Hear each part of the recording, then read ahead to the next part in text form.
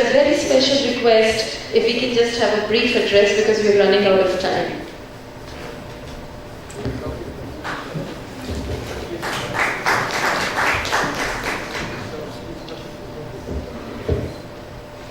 Honorable Ministers from Kerala and Karnataka, Sri Sibu Devi John, Sri Parmeswar Naik, my esteemed senior colleague, Sri R.C. Nair, Sri K. Sharan, gracious ladies and gentlemen, a very good morning to all of you and a great morning to all of you. As the last speaker is always as casualty and I've been asked to compress my speech.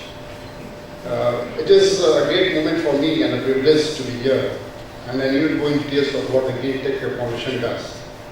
But let me state at the very outset that while dealing with the different aspects of safety, health, environment and security in the industrial environment, it needs no emphasis to state that safety and security are the two sides of the same coin.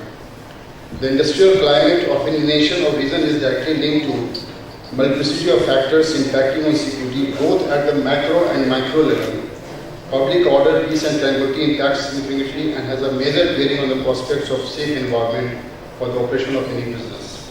Since no industry nor any business can either operate or flourish with a secure and safe environment, maintaining such an environment, quote unquote, is the domain challenge to those dealing with security and safety.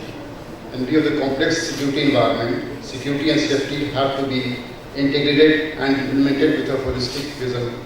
The emphasis needs no mention in this regard. Here I would like to draw your kind attention to some important deliberations in the Oslo Conference 2013. The Oslo Conference has primarily been safety-centric and concerned with climate change. However, in 2030 conference held this year, most of the oil and multinationals like BP, Shell, Statoil, etc., while deliberating on climate change, recognize the complexity of security-related issues. For the first time, the challenges and mitigations thereof in the aftermath of attack on the Algerian oil refinery by signatories of blood and Al-Qaeda played on January 16, 2013, resulting in death of more than 30 persons. The crisis could only be resolved with the intervention of Algerian army as the pro-Al-Qaeda elements had overtaken the refinery and created an unparalleled hostage situation.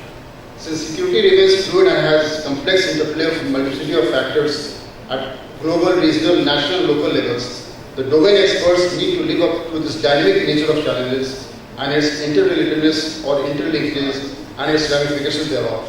Due to multiplicity of threat, the concept of HSE has undergone a metamorphosis, rather a paradigm change, where HSE is now HSSE, that is Health, Safety, Security and Environment.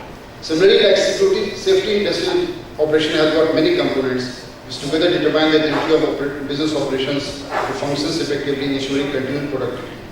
While the conference will debate on various aspects of HSSE, I stand before you as the representative of ONGC, which is the world's number 3 exploration and production company and the Maharatna, and it has gone beyond its core activities of exploration productions and ventured into other value chain of energy security like refining, LNG, power, petrochemical, new alternative source of energy. ONGC is global arm, that is the OVL, is having properties and operations in 15 countries including Sudan, Russia, Venezuela, Kazakhstan, Iran, Iraq, South Sudan, Myanmar, Colombia, Brazil, Nigeria, Vietnam, besides recent acquisition in Azerbaijan and Mozambique.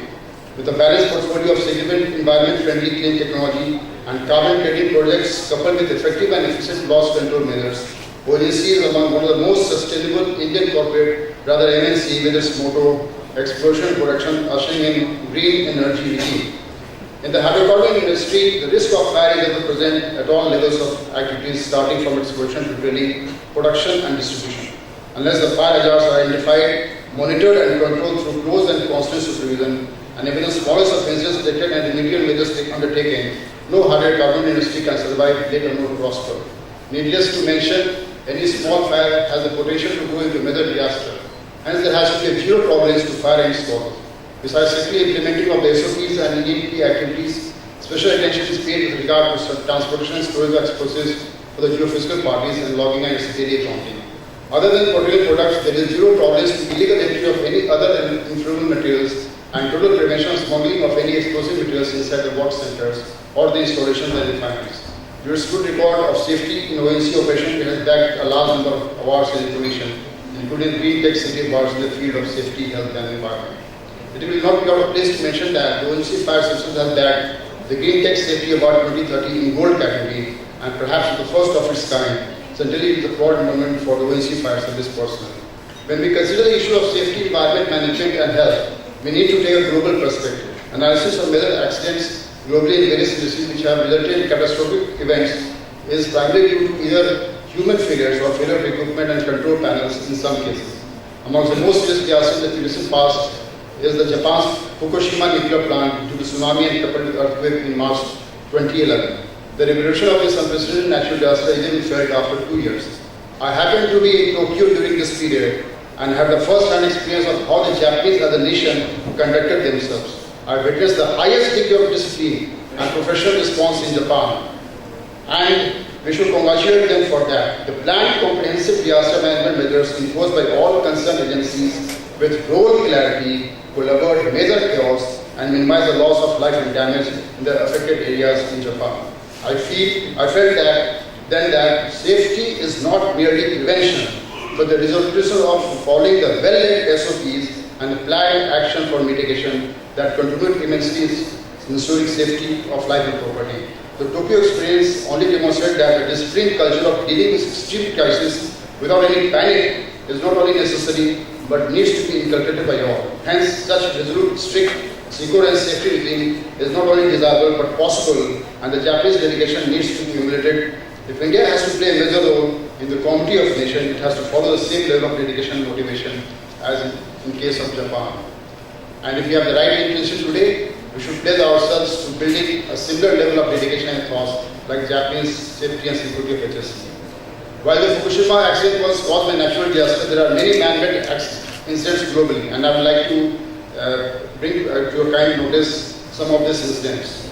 On 12 September 2011 in Kenya, 120 people were burned to death because of the fire that was in the pipelines transporting petrol, and the cigarette butt was the cause of it. 25th August 2012 in Venezuela, 42 people were killed, including the National Security Guards who were deployed there for its containment. 19th September 2012 in Mexico, the fire killed at least 26 people. And 12th January 1213 Nigeria, 30 people suspected to be fuel thieves died of an oil pipeline fire. On 1st February 2013, again in Mexico, 14 people lost their life and more than 100 were injured. In our country also, we have such natural and man-made disasters. As recently as 23rd August 2013, in HPCL Visakhapatnam factory refinery, a massive fire broke, and the casualties 23 personnel of that refinery. On 5th January 2013, Hazira plant, there were 5 people who were charged with deaths, and all the SOPs were not followed. And the IC Hazira did not have even single firefighting equipments. The workers who went inside, they had taken the mobile phones against all norms of safety and security. And the police has charged these 5 IOC management functionaries for criminal negligence and culpable homicide not amounting to murder. They are now facing trial. In Calcutta, we are also aware in February 2013, a 6-story building housing illegal market, 19 people lost their lives. In Calcutta again, in December 2011, we had 95 persons, including patients who had lost their lives in that famous Emory hospital. Fire also had broken in the most important incident that took place in Jaipur terminal, and thereafter there was a loss of more than 280 crores, and Remedial Committee has laid down its comprehensive protocol for that.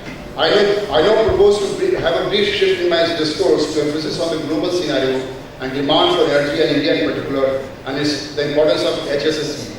The US Energy Information Administration Annual Energy Outlook 2030 projection indicate that the GDP of non-OECD countries is growing faster as compared to OECD countries and will overtake the OECD countries soon. While per capita energy demand in industrially advanced countries is ironically coming down, per capita energy demand is expected to increase in emerging economies. Hence, a significant number of non-OECD and developing countries will become, or rather have become, the dominant players in the energy market.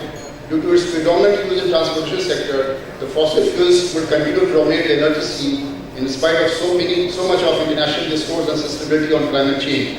Notwithstanding the debate on climate change in view of the energy gap, there is an urgent need of additional energy for India to reach a given level of quality of life as compared to any other country. India's primary energy needs are expected to grow beyond three-fourths by the year 2032, and around 60% of this will be imported. This, coupled with rising energy prices, would mean a steep rise in energy import, balance of payments, CDR, etc. With instability in WANA, that is West Asia and North Africa, and other security and domestic issues confronting nations like Venezuela, Colombia, Ecuador, South America, which are oil exporting countries, piracy and transportation security issues, etc. are likely to compound the already complex and fluid energy security scenario. We thus need to rapidly enhance domestic energy production as well as our ownership of traditional and alternate new energy assets. All this warrants not only increasing production of various components of energy basket, but also putting in place a robust safety and security regime that all the speakers have emphasized upon, especially the critical sector of atomic and hydrocarbon industry. Needless to mention, it is not only important to provide the uninterrupted energy source and its production, but the consumption to the Indian masses, which will be adequate, accessible and affordable, ensuring safe and secure mechanism through robust HSSE with countries' short and long-term energy strategy should be our prime target.